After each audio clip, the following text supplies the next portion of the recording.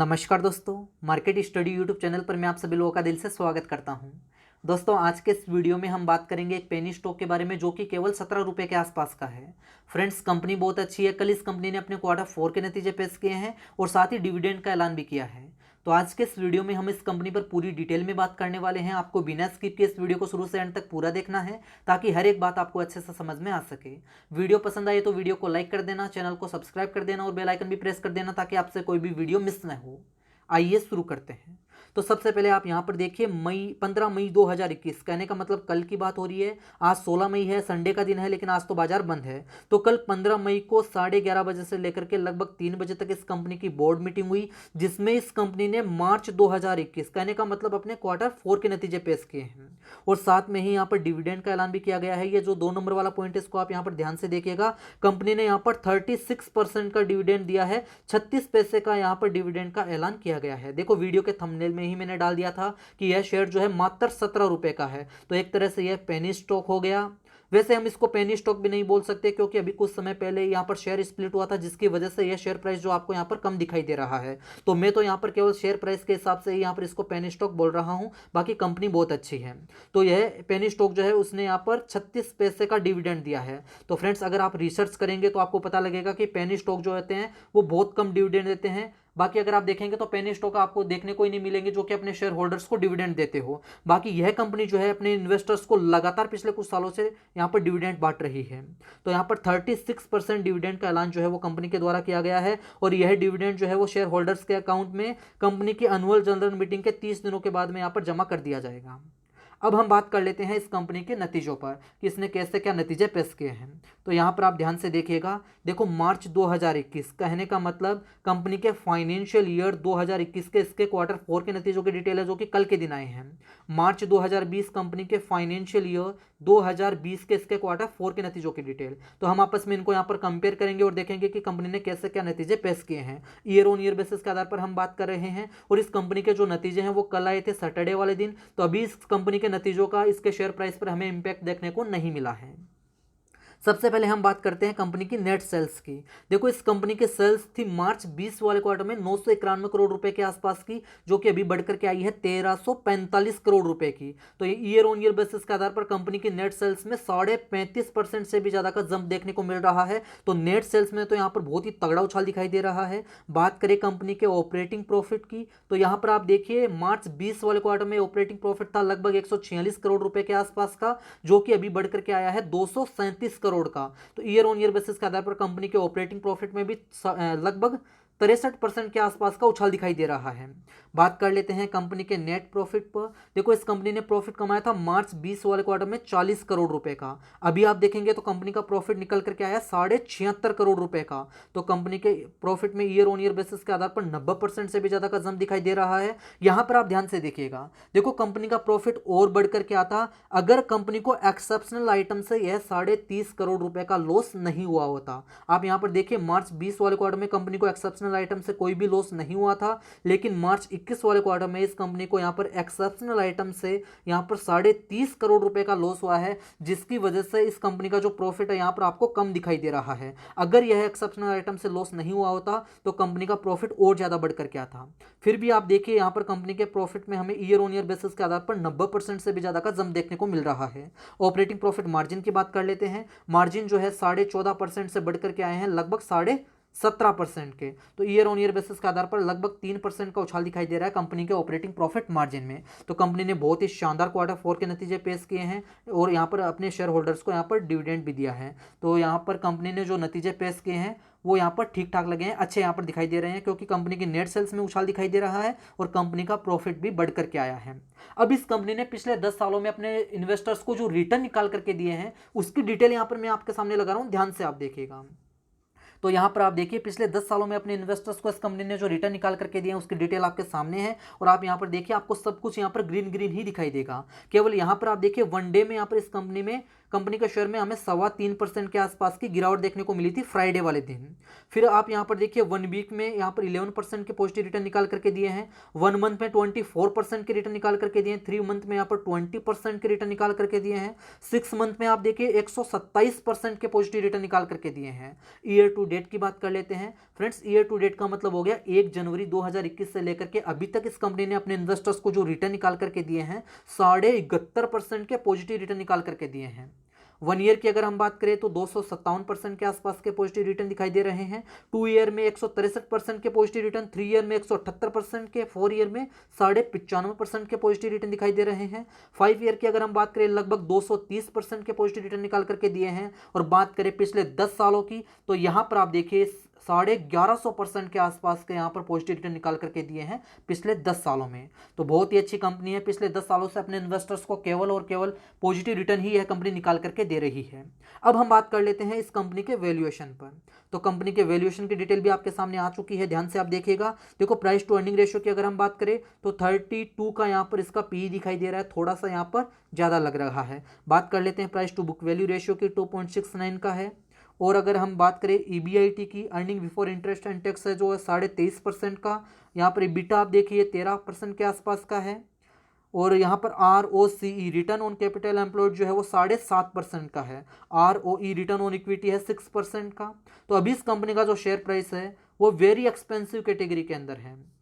तो थोड़ा सा यह शेयर जो है वो अभी एक्सपेंसिव लग रहा है, क्योंकि ये वेरी एक्सपेंसिव कैटेगरी में क्यों है ये भी मैं आपको बता देता हूँ। देखो यह इंडिकेटर जो है ये जब शेयर प्राइस 9 रुपये से ऊपर चला जाता है तब इसको यहाँ पर वेरी एक्सपेंसिव कैटेगरी में डाल देता है। तो अभी यह शेयर जो है 17 रुपये के आसपास ट्रेड हो रहा है, इसलिए यह शेयर वेरी एक्सपेंसिव कैटेगरी के अंदर है। और यह शेयर अगर यहाँ पर 2 रुपये से नीचे ट्रेड हो रहा होता तो यहाँ पर वेरी अट्रैक्टिव कैटेगरी के अंदर होता। 2 रुपये से 4 रुपये के बीच में अगर यह ट्रेड हो रहा होता तो अट्रैक्टिव कैटेगरी में होता। तो अगर आप अभी इसका चार्ट देखेंगे तो यह शेयर अभी कुछ समय की मैं बात करूं तो अभी 1 ईयर ही हुआ है, 1 साल पहले यह शेयर जो है वो लगभग 3 रुपये के आसपास ट्रेड हो रहा था। कहने का मतलब यह अट्रैक्टिव कैटेगरी में था। उसके बाद निकल करके यह आया फेयर कैटेगरी में, फिर निकल करके आया एक्सपेंसिव कैटेगरी में। अभी आप देखेंगे तो यह शेयर आपको वेरी एक्सपेंसिव कैटेगरी में यहाँ पर ट्रेड होता हुआ नजर आएगा। तो अभी यहाँ पर वैल्यूएशन जो है वो थोड़ा सा यहाँ पर एक्सपेंसिव लग रहा है, वैल्यूएशन जो है वेरी एक्सपेंसिव कैटेगरी के अंदर है। अब इसका शेयर होल्डिंग पैटर्न मैं आपके सामने लगा रहा हूँ, ध्यान से आप देखिएगा। देखो शेयर होल्डिंग पैटर्न देखना भी बहुत ज़्यादा जरूरी होता है। मेजोरिटी शेयर होल्डर्स आप देखेंगे तो यहाँ पर प्रमोटर्स है, सबसे ज़्यादा शेयर होल्डिंग है प्रमोटर्स के पास में 73% की। फिर हम बात करें यहाँ पर म्यूचुअल फंड की तो यहाँ पर म्यूचुअल फंड की 6 स्कीमों ने पैसा यहाँ पर लगाया हुआ है। FII की बात करें तो यहाँ पर 66 FII ने अपना पैसा इन्वेस्ट कर रखा है, लगभग 1.5% से भी ज़्यादा की शेयर होल्डिंग है यहाँ पर FIIs के पास में। तो ये एक अच्छा पॉइंट है कि पेनी स्टॉक में यहाँ पर 1.5% से भी ज़्यादा की शेयर होल्डिंग जो है वो FII ने ले रखी है। अदर्स के यहाँ पर आप देख सकते हैं 2% की शेयर होल्डिंग है, 24% के आसपास की शेयर होल्डिंग है यहाँ पर नॉन इंस्टीट्यूशंस के पास में, लगभग 1% के आसपास की शेयर होल्डिंग है DII के पास में। इंडिविजुअल इन्वेस्टर्स की शेयर होल्डिंग की अगर हम बात करें तो 15.5% से भी ज़्यादा की शेयर होल्डिंग है इंडिविजुअल इन्वेस्टर्स के पास में। तो इंडिविजुअल इन्वेस्टर्स ने भी इस कंपनी में यहाँ पर जम करके पैसा इन्वेस्ट किया हुआ है। देखो यहाँ पर मैं आपको बता देता हूँ कंपनी का नाम जो है वो है ट्राइडेंट लिमिटेड। देखो ट्राइडेंट लिमिटेड के बारे में मैं बात कर रहा हूँ, बहुत ही अच्छी कंपनी है और पिछले कुछ सालों से यह कंपनी जो है इस कंपनी के शेयर प्राइस में हमें लगातार उछाल देखने को मिल रहा है। तो अब इस कंपनी का कल मतलब फ्राइडे वाले दिन जो कारोबार हुआ है उसकी डिटेल यहाँ पर मैंने आपके सामने लगा दी है, ध्यान से आप देखिएगा। ट्राइडेंट लिमिटेड के बारे में हम बात कर रहे हैं और यह कंपनी क्या काम करती है यह भी मैं आपको बता देता हूँ। देखो इस कंपनी का जो काम है वो टेक्सटाइल सेक्टर से संबंधित है, टेक्सटाइल और पेपर सेक्टर से जुड़ा हुआ इस कंपनी का काम है। टेक्सटाइल सेक्टर में अगर मैं आपको बताऊँ तो जैसे आप घर में बेड सेट काम में लेते हैं, बाथरूम में जो टॉवेल काम में लेते हैं, तो उसका मैन्युफैक्चरिंग का यह कंपनी काम करती है। पहले यह कंपनी केवल रॉ मटेरियल में काम करती थी, लेकिन अभी यह फिनिश गुड बना करके बेच रही है, जिसकी वजह से इस कंपनी के मुनाफे में हमें यहाँ पर लगातार तगड़ा उछाल देखने को मिल रहा है। पहले जब यह कंपनी केवल रॉ मटेरियल में काम करती थी तब यह कंपनी कम मुनाफा कमाती थी, अभी यह फिनिश गुड बना करके बेच रही है तो यहाँ पर कंपनी का मुनाफा भी उसी प्रकार से यहाँ पर बढ़ा है। तो यहाँ पर आप देखिए फ्राइडे वाले दिन इसने क्लोजिंग दी थी 17 रुपये पर। और अगर हम बात करें फ्राइडे वाले दिन के कारोबार की डिलीवरी पोजीशन की तो यहाँ पर आप देखिए क्वांटिटी ट्रेड हुई थी यहाँ पर 14 मई को इसमें 4 करोड़ शेयर्स की, उसमें से जो डिलीवरी उठी है वो है 1 करोड़ 61 लाख शेयर्स की। परसेंटेज में अगर हम बात करें तो 40.5% के आसपास की फ्राइडे वाले दिन इसमें यहाँ पर डिलीवरी उठी है। और यहाँ पर आप देखिए 52 वीक का अगर लो देखेंगे तो 22 मई 2020 को 4 रुपये 45 पैसे का बनाया था। उसके बाद से इसमें लगातार तेजी हमें देखने को मिली और 52 वीक का हाई आप यहाँ पर देख सकते हैं 12 मई 2021 को बनाया था 19 रुपये 30 पैसे का। अभी ये शेयर आपको यहाँ पर 17 रुपये के आसपास ट्रेड होता हुआ नजर आएगा। अब इस कंपनी का डेली कैंडलस्टिक पैटर्न चार्ट में आपके सामने लगा रहा हूं, ध्यान से आप देखिएगा। देखो ट्राइडेंट लिमिटेड का डेली कैंडलस्टिक पैटर्न चार्ट आपके सामने आ चुका है और इस चार्ट पर मैं बात की शुरुआत करने वाला हूं यहां से।